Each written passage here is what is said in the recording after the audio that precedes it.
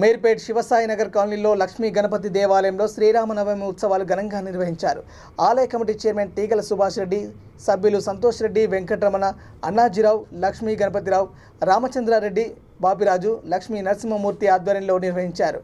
నార్నే బలరామకృష్ణ, మంత్రి ప్రగడ వెంకటకృష్ణారావు దంపతులు పూజా కార్యక్రమంలో పాల్గొన్నారు.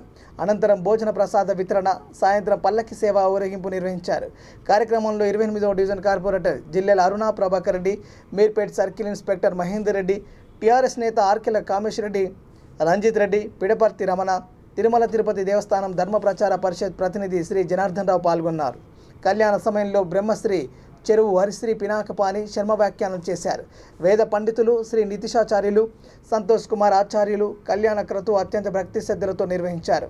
భక్తులు రాజశర్మ, గిరి, వెంకటేశ్వరరావు, రామాచారి, హైగ్రేవ్ శర్మ, రాఘవేంద్రరావు, రామకృష్ణ, నటరాజ్, ప్రసాద్, మణికంఠ, బాబీ, లక్ష్మి, మీనాక్షి, సుశీల, జ్యోతి, విజయ, మాధురి, సౌమ్యశ్రీ, సుజాత, నాగశ్రీ, రామలక్ష్మి, సౌభాగ్య, వరలక్ష్మి, నిర్మల, హిమబిందు పాల్గొన్నారు.